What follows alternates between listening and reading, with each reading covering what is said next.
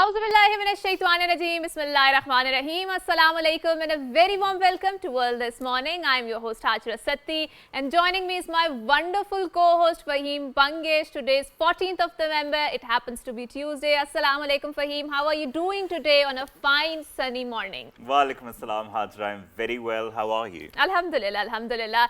Since it's 14th of November, it's Tuesday, the significance of the day is it's World Diabetes Day, and I would like to share few statistics with our audiences because the theme of this day is access to diabetes care, and 33 million people are diagnosed with the type 2 diabetes in Pakistan, which is a study conducted by a Lancet magazine or Lancet research paper, and it is the third largest population worldwide to be affected according to the diabetes in Pakistan, and approximately 8.9 million people have the diabetes which goes undiagnosed because the surveillance system in those particular areas is not very strong. And we will talk more about diabetes, how we can prevent and Hajra, unfortunately, they call it the silent killer, Yes, and yet yes. we don't talk about it as much as we true. have to and we should. Yes. But that's what our first segment is going to be about, Diabetes Day. And we have a little report which has been prepared by our team. Let's take a look at that first. In 22, scientists in Toronto went to a hospital ward with diabetic children, most of them comatose and dying from diabetic ketoacidosis. Known as one of medicine's most incredible moments, with parents sitting at the bedside waiting for the inevitable death of their child, the scientists went from bed to bed and injected the children with the new purified extract insulin. As they began to inject the last comatose child, the first child injected began to awaken. Then, one by one, all the children awoke from their diabetic comas. A room full of death and gloom became a place of joy and hope. Since then, we have come a long way in managing and treating diabetes, but this global health issue is only increasing, burdening healthcare systems globally. World Diabetes Day provides an opportunity to raise awareness about what needs to be done, collectively and individually. 1 in 10 adults worldwide have diabetes. Over 90% have type 2 diabetes. Close to half are not yet diagnosed, taking the number to well over 500 million. Diabetes can lead to blindness, kidney failure, heart attack, stroke, and lower limb amputation. Every 5 seconds, one person develops diabetes. Every 10 seconds, one person dies of diabetes. Every 30 seconds, a limb is lost to diabetes. As for Pakistan, the country has the highest diabetes rate in the world. Over 33 million adults are living with diabetes. This means in the coming years, diabetes and its related problems are set to overwhelm country's already frail healthcare system. A lack of access to affordable education in Pakistan plays a major role in growing diabetes cases, with lack of exercise, dietary habits, and rising obesity being primary factors in Pakistan's diabetes surge. Unless people change their lifestyle and dietary habits, this problem will only get worse and millions of more will suffer from it. Along with awareness, the diabetes care and treatment needs to be made affordable in current high inflation. This is Ali Andaz reporting for PTV World. Well, that was a very comprehensive package which talked about the history of the diabetes. But to talk more about it, and obviously we are the laypersons and we want the experts to shed light on this particular issue, as Fahim mentioned, which is called the silent killer. We are very glad that we have been joined by someone who happens to be the CEO of the Diabetes Center, Misaq Arif Saab. Assalamu alaikum, sir, and thank you so much for coming to our show. Thank you very much. In joining me, Saab, we have Dr. Usman Zafar. He's a consultant diabetologist at the Akbar Khan Niazi Teaching Hospital. Assalamu alaikum, sir, and thank you so much for coming to our show. Thank you. Right. It's wonderful having both of you here. Now, Misaq, we start with you. You're a CEO of the Diabetic Center. And like we saw in the report, Pakistan is ranked #1 when it comes to diabetes. Yet nothing is being done about it. And you're running this Diabetic Center. Could you tell us about your center and also about the situation in Pakistan? Bismillah ar-Rahman ar-Rahim. First of all, I really congratulate PTV World for taking a initiative to celebrate this day, this dark day that the Pakistan is suffering from diabetes. My gratitude to PTV World for taking the time out and calling us on this forum. Diabetes, yes, the latest statistics says that Pakistan is #1 in the adult diabetes, that is 26%, and we are #1. Although otherwise we are #3 as far as population is concerned. China is #1, India is #2, and we are #3. But as for the adult diabetic patient is concerned, we are #1, and that is very, very dangerous situation in Pakistan. The TDC Pakistan is a state-of-the-art diabetic specialist hospital treating this diabetic patient and its related complications like the nephrology, kidney, ophthalmology, eyes. We are going for the gestation, that is the pregnancy diabetes, and the more important is that we are now also handling the type 1, that is the diabetes coming into the children. That is again a very alarming situation in Pakistan. As TDC as an organization, we are Sharia compliant also. We are 60% patients are being treated free of cost, and 40% are paid, which makes us sustainable. We have not only doing this campaign, awareness campaign with respect to the International Diabetic Day. We have conducted a series of functions, starting from a National Press Club open conference, followed by we have a huge mega event at TDC, calling all the influencers, the doctors, the pharmacists, and everybody was there, and it was a great show. Then we had a Centaurus camp. We are holding function today. We had a huge awareness walk in the F9 Park involving the whole community, and that's what we are doing. We need to make public, we need aware, we need to outreach to the people, we need to cry. TDC is crying to sensitize the government sector, which is sleeping. This is a national issue. Government has to come in. Government has to come with a solid policies, with support the private sector. Let alone neither the private sector, neither the government, neither the corporation, we can do much about it. It has to have to a collaborative effort. Obviously, we need to generate this narrative that we need to do more about it. But now let's come to Dr. Usman. So, since Pakistan is ranked third highest rate, has its third highest rate of the diabetes globally, and obviously diabetes puts an economic and emotional pressure burden on the patient. So, why do you think that diabetes is on the rise in Pakistan? What are the risk factors? Thank you. Actually, diabetes is a lifestyle disease. Okay. There are genetics involved. There is a very strong genetic portion of diabetes as well. But it's the interplay of genetics with the lifestyle which ultimately translates into the disease. So in Pakistan, we have the genetics. We have the genes which are obesogenic, which can cause early obesity, and a predisposition to diabetes is inherited by majority of us from our parents. But the main factor which is driving this current rise in diabetes is actually the lifestyle. Right. Lack of exercise, right. Poor dietary habits, and then jobs which are not much demanding in terms of physical activity. Yes. All this is contributing to drive this rise of type 2 diabetes. Right.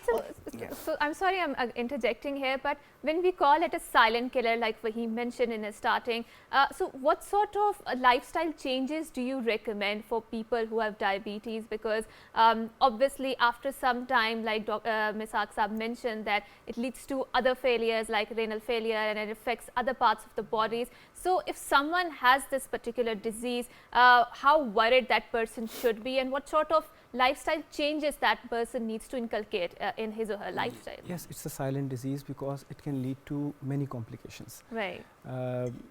Starting from heart disease to kidney disease and eye disease and nerve disease. So it almost affects all parts of the body. Right. So, but because the complications come later in the course of disease, so initially people are not aware of or sensitive to the fact that ultimately they can suffer from these complications. So awareness is one thing, right, which needs to be spread, and people need to be told that they can have a very tough life ahead if they do not control their blood sugars properly at this stage, or if they do not take up preventive measures for this disease. Because if in a family parents are having diabetes, then the children or other related family members, they are also very likely to get the disease, because they are inheriting, unfortunately, the same environment and the same genes as well. So awareness is something which can be spread at personal level, individual level, but I think at a community level, Right. and at the level of government, and in terms of policy interventions, there is much more which needs to be done. Dr. Usman Sahab, like you said, awareness needs to be created. We totally agree with that. But what exactly are the red flags which need to be told to the Yes, people yes. so that they're more aware, so that they become more careful? And especially if their parents have diabetes, and naturally you said high blood sugar levels can lead to a lot of complications like neuropathy, retinopathy, and other areas which can be affected. So what exactly are the red flags? What are the signs and symptoms that you might be having the onset of diabetes, and what are the tests required for that? Yes, I will first talk about what are the predisposing factors. All right. So there are two things which everybody needs to think about. One is overweight and obesity, and the other is sedentary lifestyle. So if I should be more careful. Yes. so, overweight means that anybody having a BMI or body mass index of more than 23 in the case of we the Asians, 25 in the case of Caucasians, and 23 in the case of Asians. So anybody having a BMI of more than 23 Right. is at some risk of developing diabetes. I see. And with higher obesity levels, like a BMI more than 27 in case of Asians and 30 in case of Caucasians, the risk of diabetes becomes very high. So a protruding tummy probably is the first indicator which tells a person that he needs to be careful. And then sedentary lifestyle, because for exercise our habits are very bad. We don't think, even we are never thinking about exercise. We don't have the facilities to do exercise, Yes. and the awareness to do exercise. While I'm talking to my patients who are shopkeepers working in a very restricted area in a small shop, Mhm. they say, we are standing all the time in our shops, Yes. we are doing a lot of exercise. So this is a wrong concept which Right. they have. So I think the concepts need to change. Similarly, the concepts about weight, because in our circumstances, in our families, a person who is rather obese is considered healthy. So Yes, that's such. this concept that's- needs to that's really, I mean, ticks me off when somebody says that. Okay, he's very healthy, he's good. And he belongs to Khata Pita Gharana. And Yes. if somebody is Don't- really good and lean and smart, they'd call it, oh, kamzor ho gaya ji. It does not belong to Khata Pita Gharana. But anyways, Misaq Saab, now let's come to you. And there was a very interesting research which was published in the Lancet, and I want to pose you this question because it talked about the diabetes condition specifically in Pakistan, and it talked about that there's a paucity of the registration and surveillance systems in these settings, and that is why we don't have a very comprehensive set of data regarding the diabetes. And obviously when you do not have a comprehensive research, you can't talk about the policy matters in that sense. But since your institution particularly focuses on the diabetes, so are you focusing on the research part of it?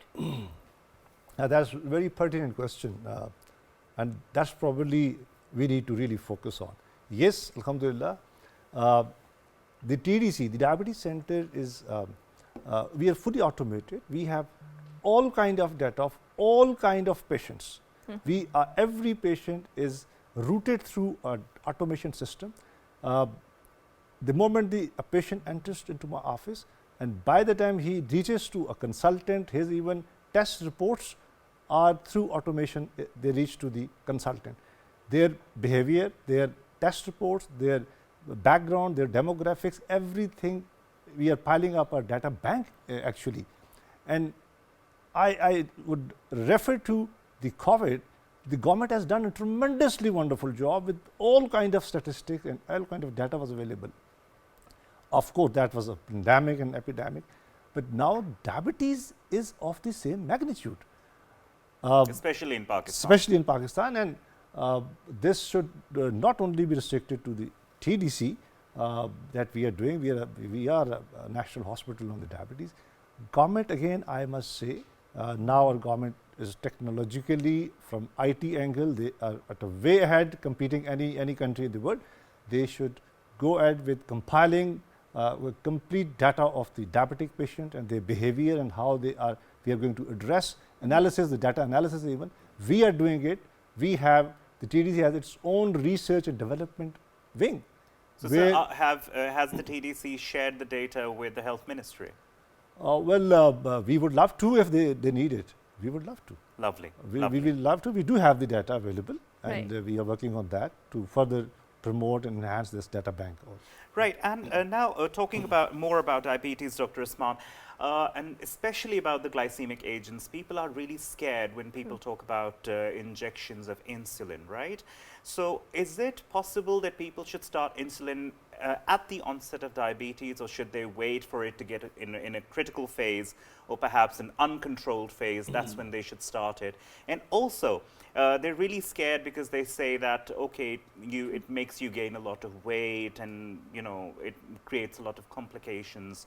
So I should better be limited to the oral agents and not the IV agents. So what would you say regarding that? Before I answer your question, I will just have a comment on the sure. previous topic. The research and data. Pakistan is showing trends which are unique in the world. I see. Being number one in terms of percentage of population having diabetes is something unique. And we need to... Why is it unique? Yes, we need to look into the causes.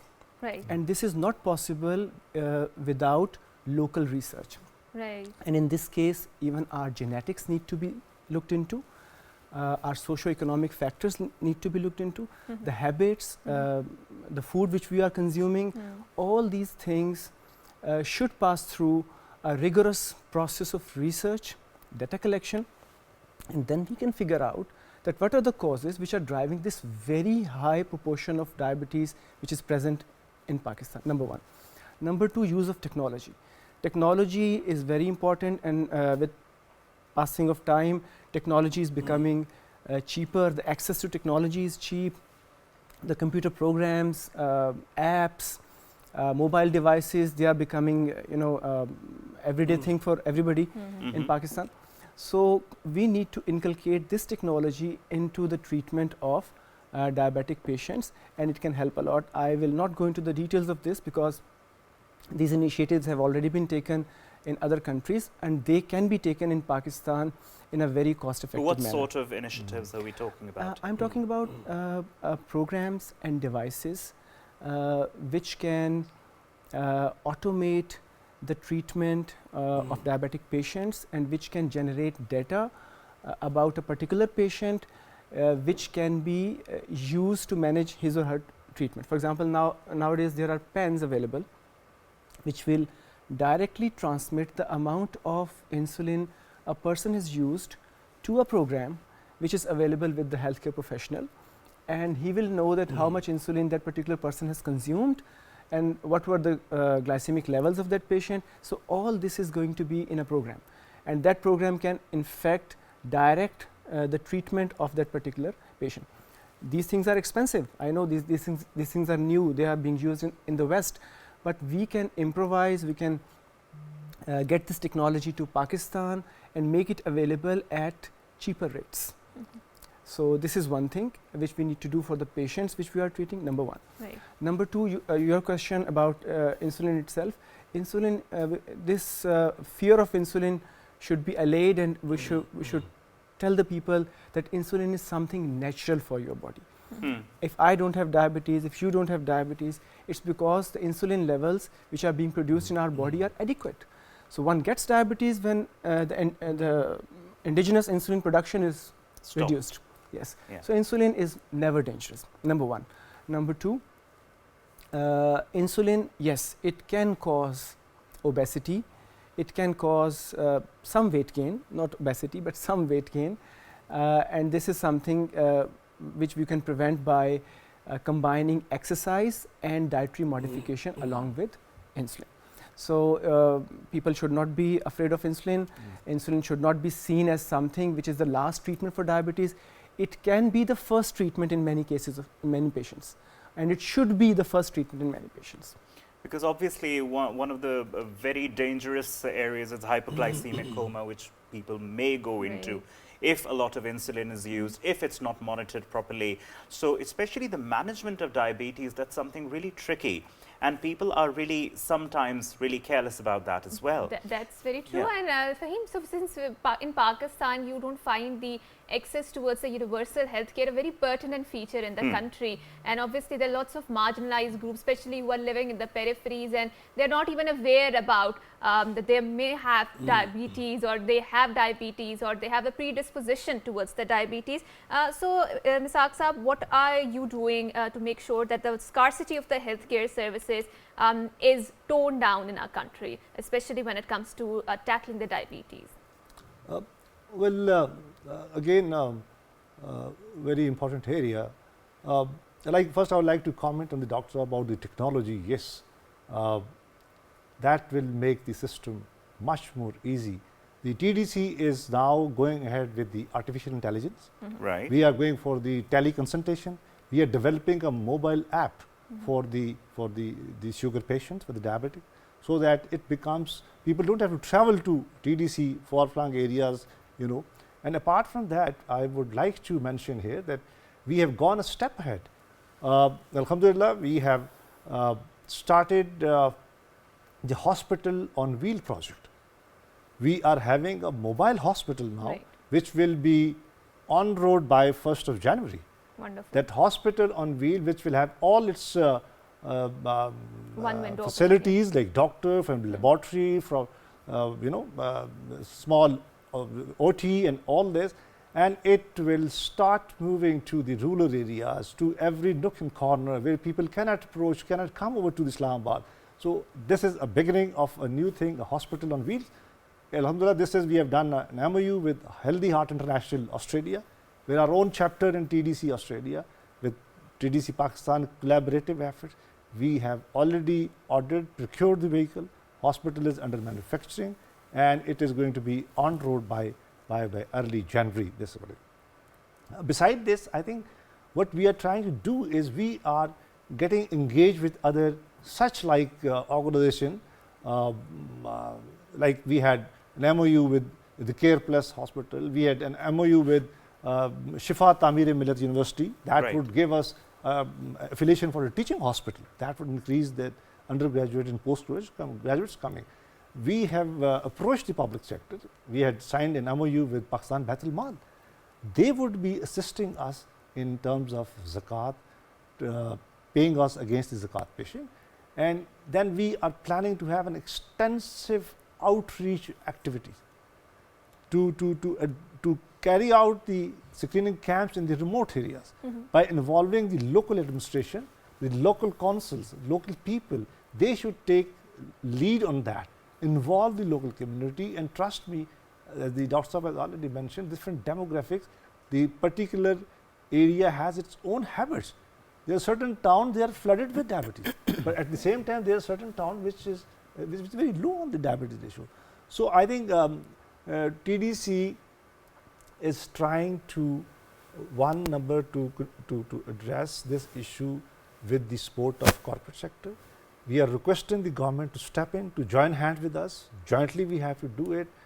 We are also expanding our operation to other cities, Right. because it's a national cause. For that, Which cities have you identified in particular? areas that we are, all areas, all Pakistan, Okay. everywhere there is a sugar. Right. So to address that, we have started our own another 10-canal hospital in Saiwan. It is under construction. We are going for another hospital in Lahore. Wonderful. We already have an hospital in Karachi for its interior. So we are reaching out to every province, every city, so that we should, this facility of specialized diabetes care should be available in every part of the country. That's actually wonderful that you're mentioning. And now, obviously, when people want to reach out to you, is there any website or a phone number that you'd like to share? Yes, very important. We have a very, very interactive website. Wonderful. We have a very good donor system. We have very good appointment system. So I think 80% appointments are already done on the through our mobile network and our call center. Our call center has a dedicated team. They call every patient, they outreach to them, they ask their well-being, they ask their latest sugar levels, and that's very encouraging. Lovely. That makes people very concerned about that this institution is so much worried about us. And as I said before, it's even though patient, those who we are treating free, they are equal. We have an equitable treatment for a paid patient and a free patient. Treatment is same for everybody. Right. So I think that way, I think TDC is growing, mashallah, and it will grow to be number one. It is number one. We want to make it a global recognition. Like, well, we hope that it becomes so, and because it's a wonderful initiative, especially for a concerning disease like diabetes. Now, Dr. Saab, coming back to you, we know that a lot of people do have diabetes, especially in the elderly. Obviously, the family history is strong. So what about the children? Do they have to get themselves monitored after like every year, every 6 months? And the red flags that perhaps they do have diabetes. So what do they have to do? Actually, any sort of regular checkup or testing is not recommended. Not recommended. In children, yes. I see. In children, it is not recommended. But one thing. No, by children I meant the offspring who may be adults. Yes. Yes. After the age of, I think, after the age of 30, if somebody is obese and he has some symptoms, he can go and get himself checked. And after the age of 40, actually everybody should get himself at least once get himself checked for diabetes or his sugar level. If somebody is obese, having a sedentary lifestyle, then having a fasting blood sugar check is not a bad idea for him. Similarly, even in the people who don't have a family history. Yes, even in those people who don't have a family history, but if they are obese. If they're obese, right.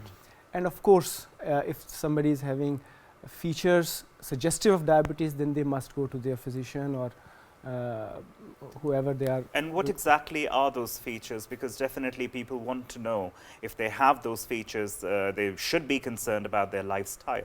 Yes, if somebody needs to rise up for urination at night frequently, and previously it was not the case, and currently he has to get up and go to washroom for urinating at night. Secondly, many people, they start losing their weight without any obvious reason. So that is another feature of diabetes. Thirdly, if somebody is feeling very tired and sleepy or sluggish, and it is for a long time and there is no obvious cause, then they must go to their physician and he will get them checked for diabetes. So these are a few features which usually are there at the start of the disease. Right, and since Dr. Saab, you're dealing with the diabetic patients, and I'm pretty sure many patients walk into your clinic or to your room. So can you tell us about which is or shed light on the demographics of those particular group, which is the most vulnerable group when it comes to having the diabetes, because Pakistan has the third highest rate of the diabetes globally. So there are many vulnerable groups. I have talked about many of them, like those who are having a sedentary lifestyle or they are obese. But I will like to talk about one particular vulnerable group, and that is our women. Right. Because in our households, women are usually not engaged in exercising. Right. They are not exercising.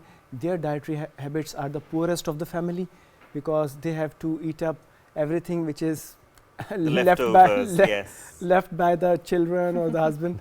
So and thirdly, being obese is they're a very norm. particular about food wastage, right? And being obese and overweight has somehow become a norm for women. Right. So they are a very vulnerable group, and they get this diabetes. They are getting this diabetes very, very often nowadays. And I see patients, my 70% patients are household women. I see. Yes. Well, Dr. Usman, thank you very much for coming in here, taking Thank out you so time much. and talking about this very concerning disease called diabetes. Misaq Saab, thank you very much for coming in Thank here you so much. and giving us your time, because this is something really a topic that should be talked about more and more, not just on the World Diabetes Day, because especially in Pakistan, like we were talking, it's something really concerning. It's a red flag for Pakistan. It's a national disease which needs to be addressed. Legislation needs to come up, medicines need to be made inside Pakistan so that the management of diabetes becomes more and more easy for patients, for masses, because obviously the treatment is pretty expensive and not everyone can afford it. So, well, we hope for the best. We hope the very best for the TDS. We hope the very best for you, Dr. Saab. Thank you very much for coming in. Well, that's the end of our first segment. We have a very interesting second segment lined up for you. Stay tuned to World This Morning.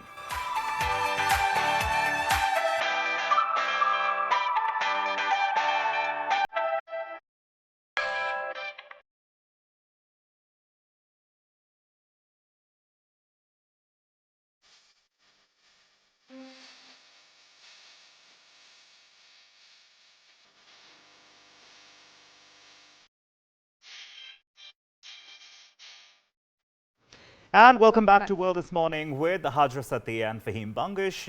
We were watching a lovely segment and experiencing the talks that we were having regarding diabetes, a very concerning disease in Pakistan. Well, now towards the second segment, as we said, we have a very interesting segment lined up for you. We will be talking about passion, and especially when it comes to music as passion. And for that, we have our guest with us in the studios, Adil Latif. Adil Latif, he's a singer, musician, radio jockey at one of the FM stations in Islamabad. Adil, welcome to PTV World and good morning. Good morning, Assalamu alaikum, and thank you so much, first of all, to you guys in the PTV World for having me this morning. And at PTV World, we always strive to bring voices, especially the young voices, and give them a voice, and to especially the people who are voiceless. So, Adil, how did you tread it into the field of singing? Because Fahim and I were talking about that the artists globally, they always complain that they are not well respected, or their passion is not well paid, and that is why they have to backstep from their passion in pursuing it. So how did you venture into this particular field? Well, for some reasons I will agree, but nowadays things are changing, and there are some platforms that are really providing really good platform to musicians, to upcoming musicians, to new musicians, to showcase their talent. And there are some online leading platforms. I will not name them, but there are many platforms in Pakistan now, and they pay the artist if their content is good, and all you have to do is to upload your content there, give them some subscription fee, and they will distribute your music to worldwide music platforms. And if you get recognition and views, so then you will get paid. So it's not that difficult nowadays, as it was few years back. That's when I started actually learning When did music. you start? I started learning in 2014. That was those were my college days. And Learning. You learned music. Yeah, I'm still learning. I see. Yeah, you Of can. course. The learning Yeah. never stops. But I started learning guitar in 2014. I sold my tablet by that time to get my first guitar. How lovely. And I was very passionate about it actually, and there were some friends at college who used to play guitars, and I liked that. So I joined them, but there was a feeling like I should have a guitar, I should learn it. So I sold my tablet after some time, and I bought a guitar, and I started learning, and then things get started. After that, I started playing some shows, and I've been to PTV several times, and this is my first time at PTV World. Wonderful. And since Fahim, we've seen with the advent of the YouTube and how it has diffused the power to the grassroots level. So a lot of content is coming up, and when we talk about singing, when we talk about music, obviously it is no immune to this very concept. But I do feel that the quality of the content has been degraded, because everyone is uploading their content, their singing, and that is why we see that the songs which were produced back in the heydays of 60s and 70s, they still resonate with us, they still reverberate with us because Even in the lyrics younger also- generation. Yes, yes, of Not course. just in the older generation. Of course, of course. Yeah. So, Adil, what do you have to say about the YouTube content and about, do you feel that it has popularized the access towards the musicians or the artists out there? And what are the fallbacks? Do you feel that the quality of the content has degraded because of the YouTube? Well, you know, everything has some advantages and disadvantages. The advantage is, the positive side is that like everyone gets the equal opportunity nowadays. Yeah. To, they have the Showcase platforms it, to yes. upload their content. But if the content is good, it gets appreciated around the globe. And like you know, recently some artists they got fame, and yeah, I agree. There is a lot of content which is not that good, and everyone now have the mediocre access, content, and yeah, yes, yes. so that's a drawback. But I think we should look at the positive side, and which is that the good artists are getting recognition nowadays. And from the if we look at the past 3 to 4 or maybe 5 years, so many good artists. Yes. Got their They've come up and content, they've been highlighted, you're right. Yeah, there are so many. I can name, you know, there are Sure, many, sure. many Yeah. of them. So, Adil, what sort of genre do you play and sing? I usually play mixed kind of things. Like well, by the way, I like pop rock, and but I play mixed. I sing ghazals. I sing some pop rock songs. I sing Sufi music. I sing English music. I like to sing everything that my vocal cord can support. So I like to sing mix. And I think in the past couple of years, Fahim, we have seen that Pakistan's music industry has been doing exceptionally well. Yes. With some very amazing, I would say, super hits which have made some recognitions across the world globally, and they were coming on the top of the list on the Spotify and all of these apps. And it's, I think, a very vibrant time in our music industry because the sort of revival that is going on and sort of hits that are going on across the world. And the best part is that people are listening to Pakistani music, not just in Pakistan, but in the neighboring countries all over the world. We're watching our own local musicians. They're being portrayed in New York, in Times Square, which is a very, very proud moment, I think, for each and every Pakistanis. And they have something to look forward to. They have a benchmark now that they can, you know, perhaps go towards. Now, Adil, we would love to listen to something from you because since you're here, you spoke about different genres that you sing, something that's really close to your heart, something that your mind, your chemistry, your heart can resonate with. We'd love to listen to that because my music teacher used to say that if you're enjoying what you're singing, then the audience will also enjoy. Are you into music? Oh, Yes, I he is. Oh, good to know about that one. I learned classical for 4 years. Oh, that's great. That's great. Okay, so Adil, go ahead, please. Yeah. We're really short on time. I'll sing my original. Sure. Well, Alright. there are many songs that I like. That, as you said, that something that I feel. But there, are, if I go that way, there are many songs I cannot name. But we would like to say, Yeah. hear your original. This is my original, and creation, it's I've recently released it. It's called Nana. All right. So I'll sing a few lines for you guys. Sure. Go ahead.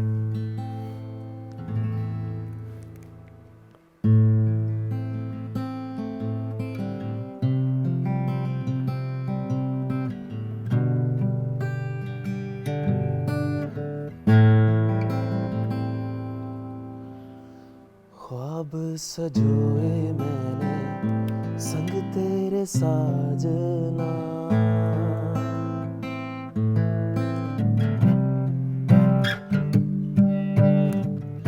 ख्वाब सजोए मैंने संग तेरे साजना कोई न भाए मुझको बिन तेरे राजना अब तू ही जिंदगी है तू ही करार है अब तू ही बंदगी है तू ही फरियाद है तेरे बिना मैं क्यों जीऊं के नैना मोरे भीग भीग जावे के नैना मोरे भीग भीग जावे माही आवे जब तू मुझे नजर न आवे के नैना मोरे भीग भीग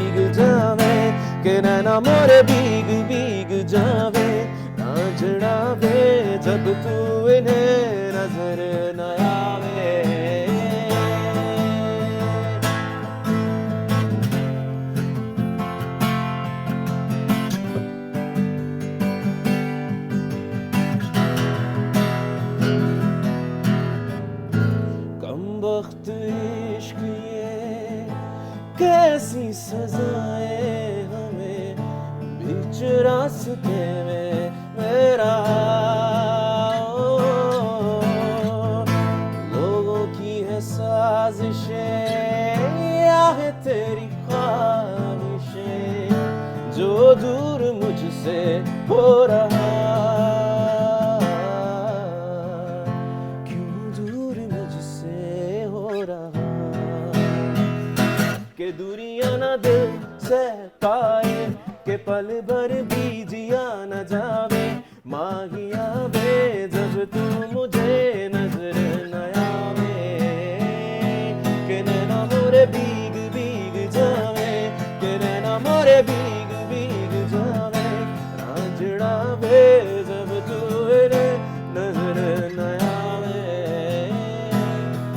नैना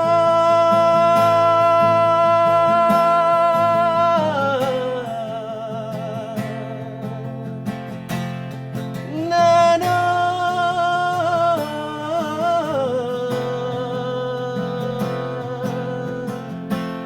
नैना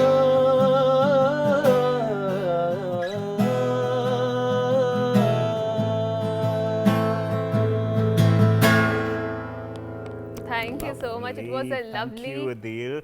It Thanks, was good thanks. to listen to, amazing to listen to. Great composition. Whose is it, by the way? Yeah, that's a very good friend of mine, and it's Qasim Ali. He's a very good writer and a composer, and there's a very interesting story. If we have time, I can explain in a Well, few words. Yeah, I'm afraid we're a bit pressed for time. But, maybe next time. Maybe next yeah, time. Yeah, definitely, because I love the composition. Thank you and so much, thank you so you did a much. good job, I must say. Thank you so And much. happy I met you. Yes. Thank you so much. Same And we here. are wishing you best of luck for your future you. endeavors Absolutely. and for Well, more. uh, one last thing. My next song is coming in next month, and that is called Aaj Phir. So I would request the viewers to do join me on my social media. That is with my name Adil Latif. So Right. do support my music. And Definitely. wishing you again best of luck for your future endeavors and looking forward to listening more lovely redemptions from you. So with that, we will bid everyone farewell, and until next time, it's a Allah Hafiz and goodbye and good And good morning. morning.